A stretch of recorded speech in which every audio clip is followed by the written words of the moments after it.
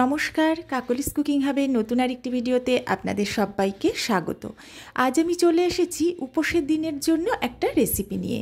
এটা আমি সাবু দিয়ে বানাবো, আর আমি কতগুলো টিপস আপনাদের সাথে শেয়ার করব, যেগুলো ফলো করে এটা বানালে উপোসের শেষে আপনারা যদি এটা খান তাহলে গ্যাস অম্বলেরও কোনো সমস্যা হবে না। তাহলে চলুন আমি এটা বানিয়ে ফেলি। রেসিপিটার জন্য আমি এখানে 100 গ্রাম সাবুদানা নিয়েছি। আমি বড় সাইজের সাবুদানাটা ব্যবহার করেছি। এই রেসিপিটার জন্য এটাই ঠিক হবে। প্রথমে গ্যাসে আমি একটা কড়া বসিয়ে দিয়েছি, দিয়ে এর মধ্যে আমি প্রথমে সাবুদানাগুলো দিয়ে দিচ্ছি। কড়াইতে সাবুদানাগুলো দেওয়ার আগে কড়াইটা কিন্তু আমি হালকা গরম করেছিলাম। খুব বেশি গরম যেন না হয়ে যায় সেদিকে একটু খেয়াল রাখতে হবে। এবারে লো ফ্লেমে আমি 2 মিনিট মতো সাবুদানাগুলো একটু ভেজে নেব। 2 মিনিট মতো আমি ভেজে নিলাম। গ্যাসের ফ্লেমটা অফ করে দিয়েছি। এবার এই সাবুদানাগুলো অন্য একটা বাটিতে আমি ঢেলে নিচ্ছি। ভেজে নেওয়ার পরে গরম কড়াইতে এগুলো কিন্তু আর রাখা যাবে না। এবারে এই সাবুদানাগুলো ঠান্ডা জল দিয়ে 2-3 বার জল পাল্টে পাল্টে হাত দিয়ে ঘষে ঘষে ধুয়ে নিতে হবে, যাতে সাবুদানার মধ্যে যে স্টার্চ থাকে সেটা সম্পূর্ণভাবে বেরিয়ে যায়। কাঁচা সাবুদানা রান্না করে খেলে অনেকেরই গ্যাস অম্বলের সমস্যা হয়। এইভাবে শুকনো কড়াইতে একটু ভেজে নিয়ে বারবার ধুয়ে জল পাল্টিয়ে তারপরে যদি এটা রান্না করে খাওয়া হয় তাহলে কিন্তু এই সমস্যা একেবারেই হবে না। 3-4 বার খুব ভালো করে ধুয়ে নিয়ে জলটা আমি পুরো ঝেড়ে ফেলে দিয়েছি। এবারে আমি যে বাটিটার মাপে আমি সাবুটা নিয়েছিলাম, আমি 100 গ্রাম সাবু নিয়েছিলাম, এই বাটির হাফ বাটি হয়েছিল। আমি সেই হাফ বাটির একটু বেশি জল এর মধ্যে অ্যাড করে দিলাম, ঠান্ডা জলই দিলাম। এবার এটা আমি ঠিক 30 মিনিট ভিজিয়ে রেখে দেব। 30 মিনিট পরে সাবুটা কেমন হয়েছে আমি দেখাচ্ছি। দেখুন কতটা ফুলে উঠেছে, আর হাত দিয়ে চেপে দেখাচ্ছি। দেখুন উপর থেকে গলে গেছে, ভেতরটা শক্ত আছে। এটা যখন আমি দুধে দিয়ে ফোটাবো তখন এটাও পুরো সেদ্ধ হয়ে যাবে। আর যে জলটা দিয়েছিলাম পুরোটাই প্রায় শোক করে নিয়েছে, আর এই 2 চামচ মতো জল এখনও রয়ে গেছে। এবার গ্যাসে একটা কড়া বসিয়ে 1 চা চামচ ঘি দিয়ে দিলাম। ঘিটা খুব ভালো করে আমি কড়ার চারিদিকে মাখিয়ে নিয়েছি। এবারে ওই জল সহ সাবুদানা আমি কড়ার মধ্যে দিয়ে দিলাম। আমি কিন্তু জলটা ফেলছি না।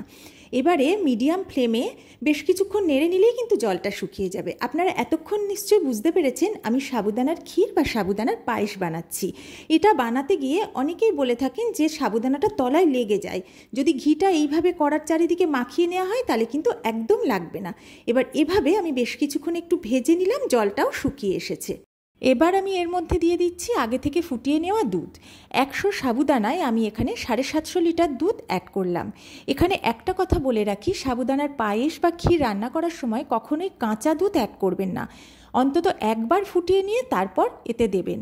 আর আমি কিন্তু এখানে ঈষদুষ্ণ দুধ অ্যাড করেছি, সেটাই দেওয়ার চেষ্টা করবেন। এবার ভালো করে এটা মিশিয়ে নিয়ে বেশ কিছুক্ষণ একটু ফোটাবো। দেখুন ভালোভাবে ফুটতে শুরু করেছে। আর একটা জিনিস আমি এখানে দেখিয়ে দিই, দেখুন সাবুদানাগুলো কিন্তু সব উপরে ভেসে আছে।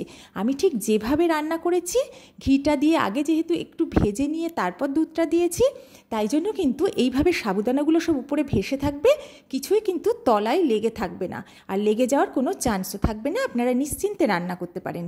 কিছুক্ষণ ফুটিয়ে নেব যতক্ষণ না সাবুদানাগুলো সেদ্ধ হয়ে যায়, আর কয়েকবার নেড়েও দিতে হবে, আর কড়ার গায়ের থেকে সরগুলো দুধের সাথে মিশিয়ে দিতে হবে, তাহলে ক্ষীরটা ভালো হবে। আর এখানে একটা কথা বলি, ফুটতে ফুটতে যখন সাবুদানাগুলো ট্রান্সপারেন্ট হয়ে যাবে তখন বুঝবেন এগুলো সেদ্ধ হয়ে গেছে। সাবুদানাগুলো ভালোভাবে সিদ্ধ হওয়ার পরে আমি এর মধ্যে অ্যাড করে দিচ্ছি স্বাদ মতো চিনি।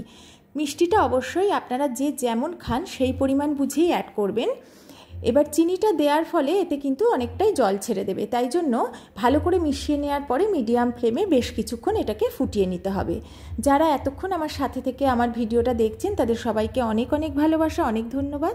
আর যারা প্রথম আমার চ্যানেলে এসে ভিডিও দেখছেন, আমার ভিডিও যদি ভালো লাগে অবশ্যই আমার চ্যানেলটা সাবস্ক্রাইব করে আমার পাশে থাকবেন। একটা হাতা দিয়েও আমি দেখিয়ে দিচ্ছি। দেখুন সাবুদানাগুলো কিন্তু সব উপরেই ভেসে আছে, আর এগুলো কিন্তু বেশ ভালো মতো সেদ্ধও হয়ে গেছে। এবার এটা ফুটতে থাক। অপরদিকে আমি একটা ফ্রাইং প্যান বসিয়ে তার মধ্যে আমি দিলাম 1 চা চামচ ঘি।